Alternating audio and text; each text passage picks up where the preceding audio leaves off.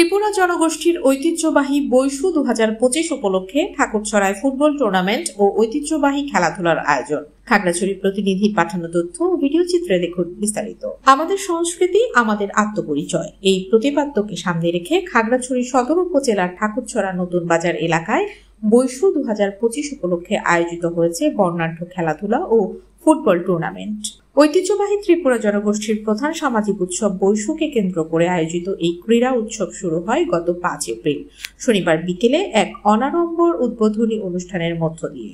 বৈশু উদযাপন কমিটি ঠাকুরছড়া নতুন বাজার আয়োজক কমিটির তত্ত্বাবধানে আয়োজিত ফুটবল টুর্নামেন্টে অংশ নেয় মোট 8টি দল। সোমবার বিকেলে অনুষ্ঠিত ফাইনাল ম্যাচে মুখোমুখি হয় তরুণ বনাম বয়স্ক দল।